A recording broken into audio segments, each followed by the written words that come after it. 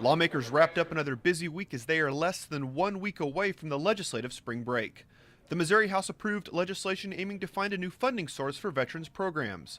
The approved legislation would dedicate more of the state's lottery prize money to education, which would free up casino gaming revenue for the state's veterans' homes. Supporters state the bill means more than $30 million for veterans. The Republican caucus thought it was a priority. We included it in my opening day speech to find a way to not only fund the shortfall for veterans' homes, but more importantly, have enough revenue that we think that you could potentially address the more than 1,700 people that are on a waiting list to get in a veterans home. The Missouri House approved the bill without any opposition and sent it to the Senate for consideration. Lawmakers approved another veterans proposal creating a lottery ticket dedicated to veterans. Under the proposal, all net proceeds of the ticket will go to the Veterans Commission Capital Improvement Trust Fund. Lawmakers approved the legislation with more than 135 yes votes.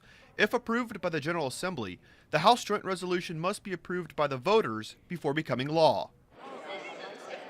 The Missouri House approved a proposal aiming to protect mental health workers. House Bill 1318 makes it illegal for a mental health worker in a maximum or medium security mental health facility to work more than 12 hours in a 24-hour time period.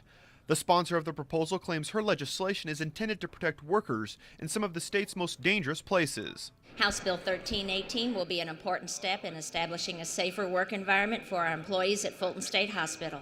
Currently, employees are being forced to work back-to-back 8-hour shifts, and this is commonly occurring throughout their work week. Lawmakers approved the bill without any opposition and sent it to the Senate for consideration.